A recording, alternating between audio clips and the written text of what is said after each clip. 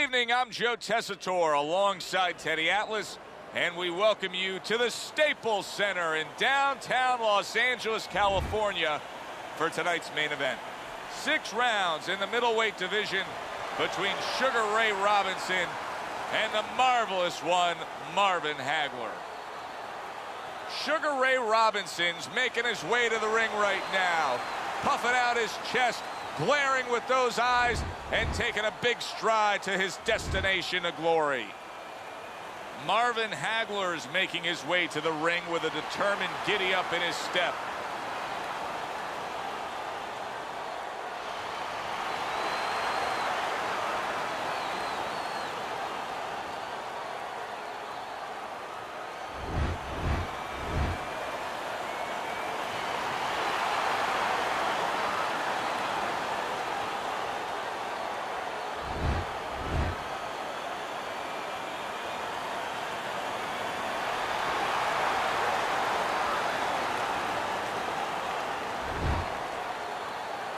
All right, gentlemen, protect yourself at all times. Let's touch him up. Here we go, round number 1, scheduled for 6. Teddy, if you were in the corner of marvelous Marvin Hagler for this matchup, what would you tell him is the game plan against Sugar Ray Robinson? Well, I would tell him, show me how slick you are. Because if there's a flaw in Sugar Ray Robinson, boy, that almost sounds like I should be punished for even suggesting that. But I would say that sometimes he's a little too easy in moments to catch, to hit. And if I'm Hagler, you don't want to deal and walk into his great strengths, his speed and his great power. And we know he has a great chin. So don't try to knock out Sugar Ray Robinson even though you can hit him. Be real slick. Show him that you can make a miss, counter, pick your spots. Be really as smart as you've ever been in your life.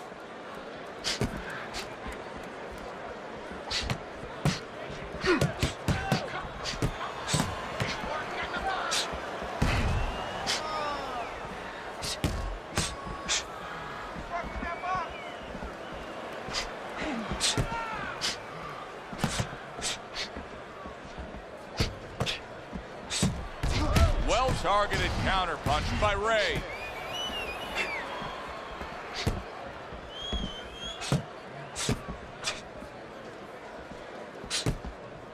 Threw the straight right hand, but didn't score with it.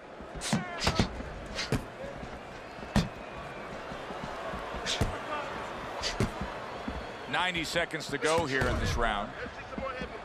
What do you make of the fact that Marvin Hagler never went after what would have been a huge, I mean huge jackpot of a rematch with Sugar Ray Leonard when he was so disgusted with the way the judges went after the first fight? I think it speaks of the makeup of the man. You know, he might not have been as fast as some fighters like Sugar Ray Leonard. He may not have been, you know, as pure in one area of power and talent as a Tommy Hearns, or of course that great kind of size that he had. But what really made him was he was a proud guy. He was a guy who really was just reliable all the time.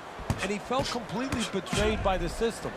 And a guy that's proud like that, a guy that's his strength, is that kind of character, that's a guy that just walks away from that. And I think he showed you that. Oh, that's good stuff.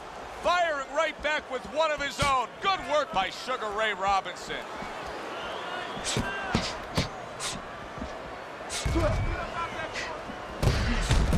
Oh, and he's got something for him himself, and it's a left hand.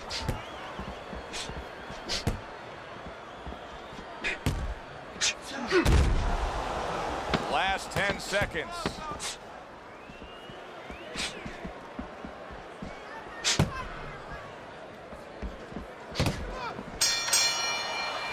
End of the round here, a round that saw a lot of action, the kind of round that fans pay to be here to see. Well, these are TV-friendly fighters, and we figured that coming in.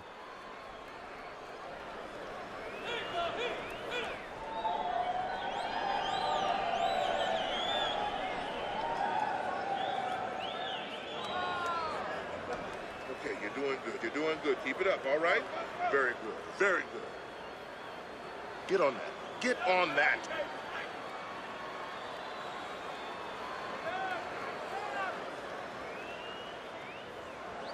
Here we go. Round 2 is is underway.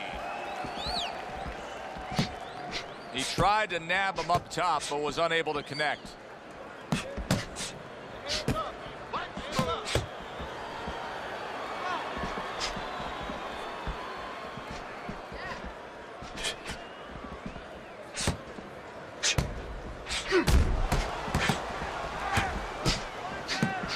Not able to land the headshot.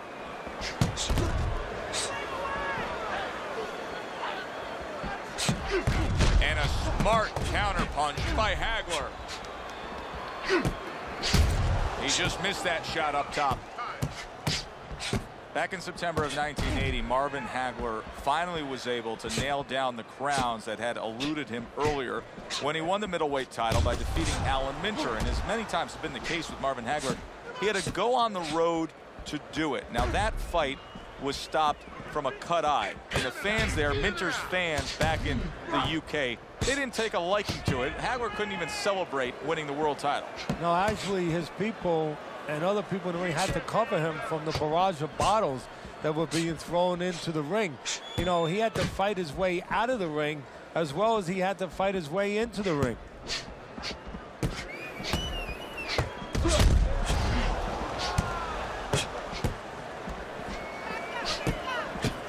Halfway through this round here. Oh, and he returns fire with a left hand. Solid counterpunch by Hagler.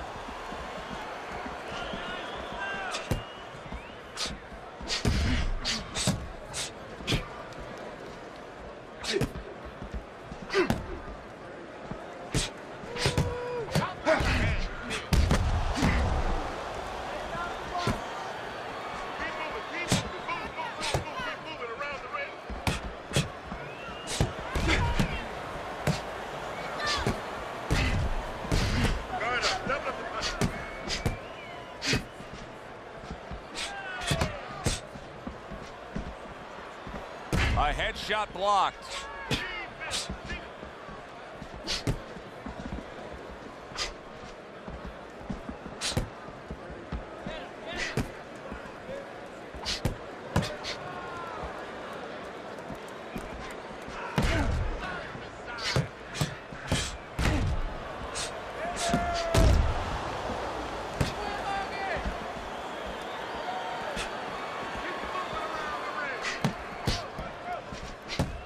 Final 10 seconds of round number 2.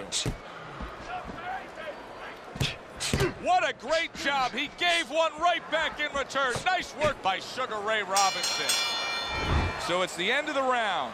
And as both men head back to their respective corners, Teddy, it brings up a good point that's many times not talked enough, but the culture of a corner and how guys conduct themselves. What was always your philosophy in organizing and running a corner? Well, first of all, only one guy could be in charge. That's the trainer. You can't have too many cooks in the kitchen.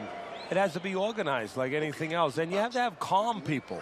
You only have 1 minute. Maybe by the time the fighter gets back, maybe it's 50 seconds. So you have to be efficient. You can't have guys that are excited. They have to be able to control their emotions just like the fighter does on the outside. And everyone has to know what their job is.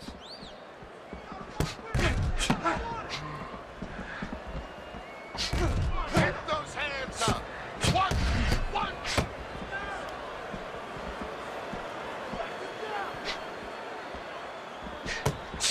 Come on, side to side.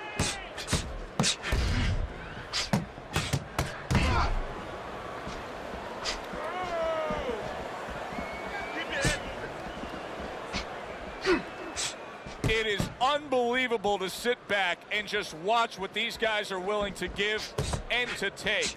Wow, what a fight so far. Well, give and take, that's the key word. Sometimes you're forced to become great. And right now, each one of them are forcing the other to go to great places.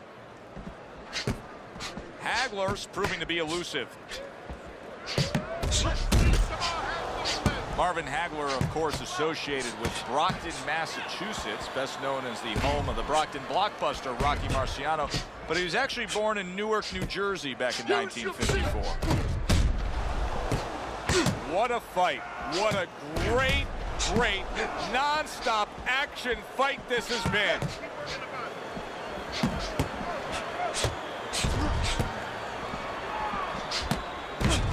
Good clean shot, returning fire. Well done by marvelous Marvin Hagler.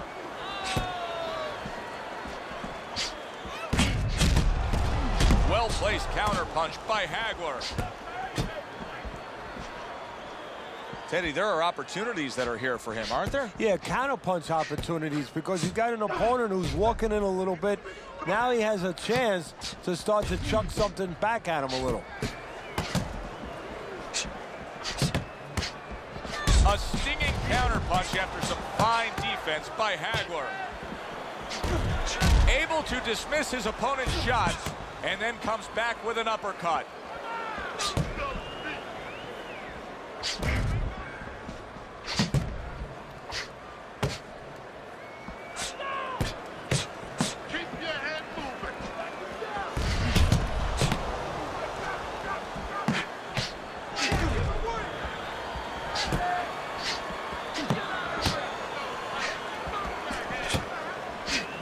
He had his eyes set on the uppercut, but was unable to land it.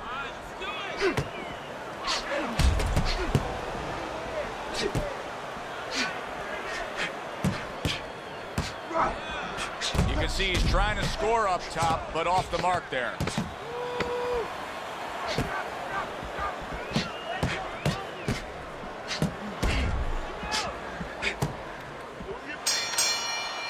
And as this round comes to an end, Teddy, you just get the sense that at any point this fight could come to an end because it is being fought with bad intentions. Yes, these guys are not behaving like guys that are coming here thinking about going to the scorecards. They're letting everything go in every punch.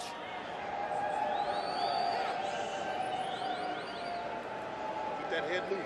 Keep moving. And I want to see those double jabs. Double jab, double jab. Let's get on that swelling. Get the compress on that.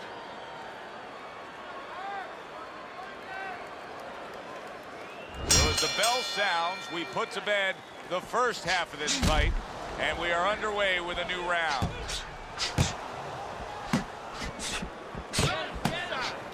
A good block.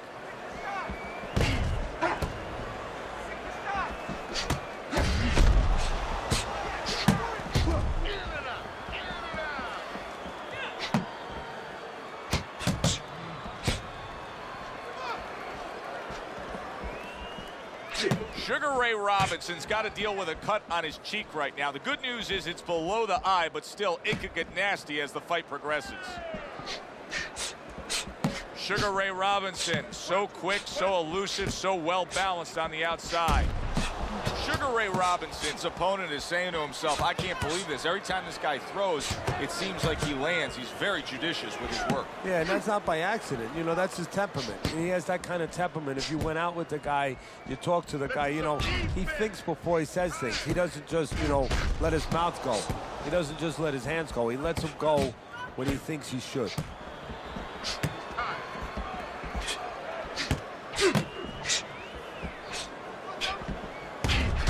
Looking right hand after he got hit.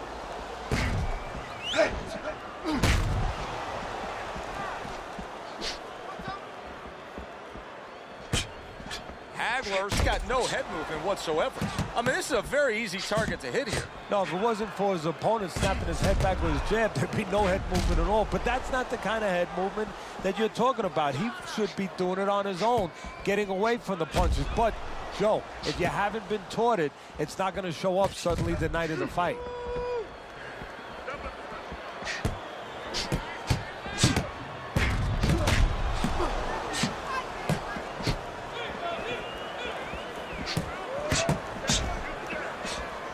A minute to go in what has been 2 minutes of sensational action. Neither man coming off stride.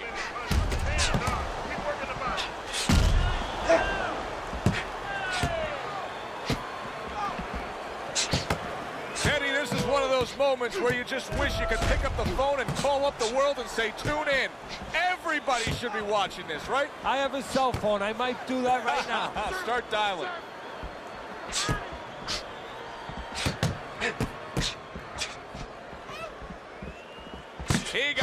right there, but he also gave one. Solid effort by Sugar Ray Robinson.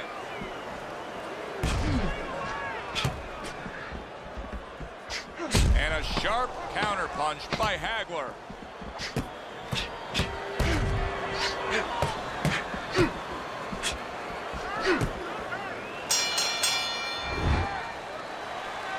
Listen to me. Best defense is to throw punches. You need to throw more punches, not take them away. You have to start throwing in volume in there. Throw in volume.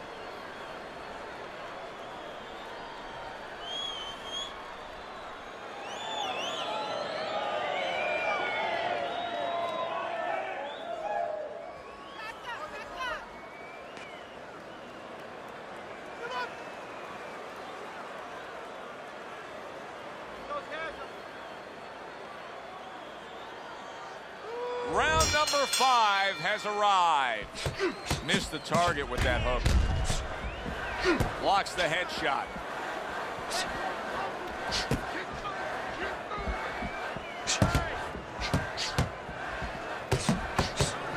A crafty counterpunch after a fine defensive effort by Ray.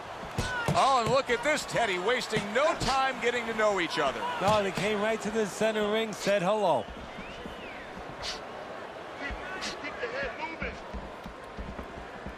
Boy, that's a big gash there on the cheek.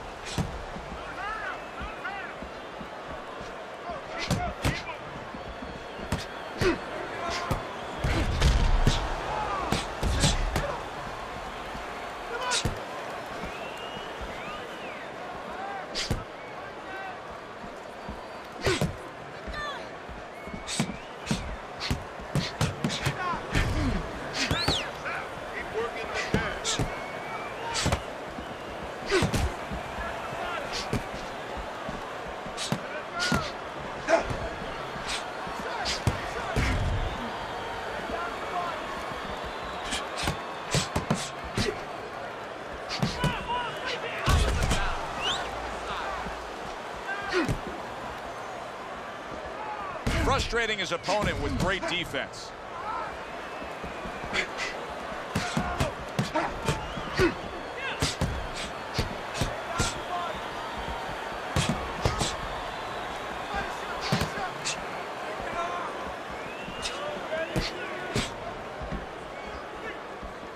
He's just not concentrating on the body as a target here, Teddy. No, and, you know, you wouldn't mind if he didn't have to. In other words, it all depends on the scenario. This scenario says that he should be going to the body, and he should recognize that. And that's part of the talent of a fighter, recognition, that you have to recognize where the opportunities are.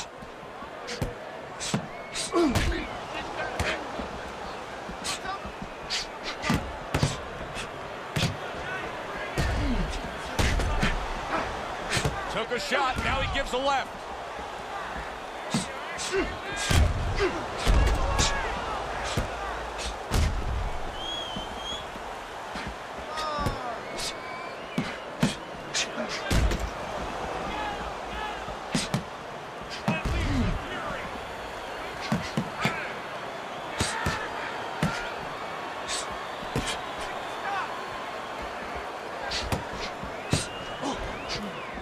Oh, and he's got something for him himself, and it's a left hand. What a great job. He gave one right back in return. Nice work by Sugar Ray Robinson. Round comes to an end. And that's one of those rounds, Teddy, that just takes on a certain style, a certain characteristic. And that was a busy one. Yeah, it was a busy one. Look, Joe, you don't have to look for these guys. They're right there in front of you. Why do you think that is? Why do you think sometimes you just get those rounds where it all happens? Because of styles. You know, styles make fights. In this case, you're seeing proof of that right there. Both guys that are aggressive, both guys that are very confident. This one, okay. Keep moving. Keep throwing that jab. Keep him away from you, okay? Hey, relax. Relax. You're doing great. Keep the pressure on. The 6th and final round has arrived. Able to get away from that headshot with the block. he's got a real problem on his hands right now. That cut has worsened to the point where clearly the referee's giving it a look. He's thinking about stopping this fight. Is this the time now, Teddy, where the fighter has to understand that and try to end the fight on his own terms? Well, it's a catch-22 right now, Joe, because he has to be more defensive-minded. He has to make sure that he doesn't catch any more leather in that area to worsen that cut. But he also has to find some offense to slow this guy down, to give him a reason to start stepping back instead of stepping forward. Oh, that's gotta hurt. Oh, he is stunned. He could go down. You need to keep the head moving.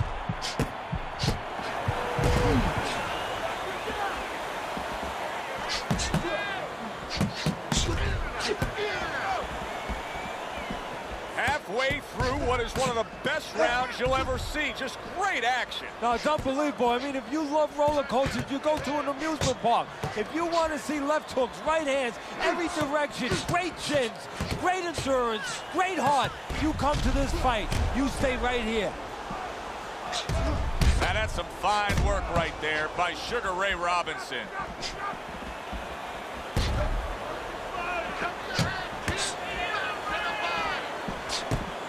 Oh, and he returns fire with a left hand.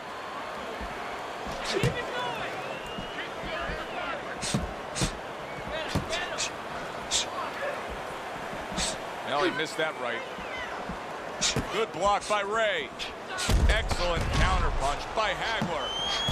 He has walked through bullets, bazookas, and bombs, and he's still standing in there tonight, Teddy. Yeah, this is a testament not just to the physical makeup. I know a lot of people at home are going to say, wow, what kind of bone does he have inside that chin? But it's his mind, too. He's making a choice, just like you do in life and other things. He's making a choice to deal with this. A lot of guys would have given in already.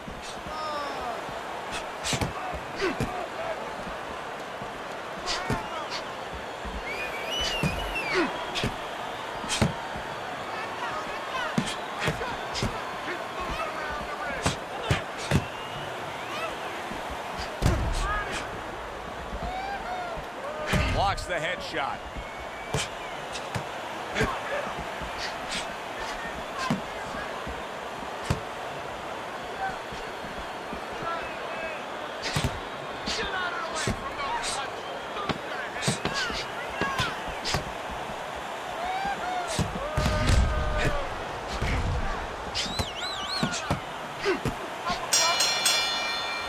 And for the official judges' scores, let's send it up to the ring.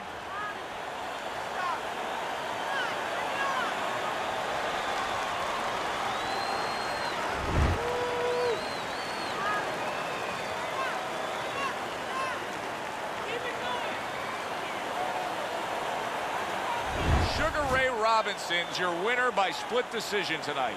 Yeah, I disagree with that. That was a split decision. I had him winning much clearer than that. Won't be the first time we say that. I'm Joe Tessitore for Teddy Atlas saying thanks for being with us and enjoy the rest of your night.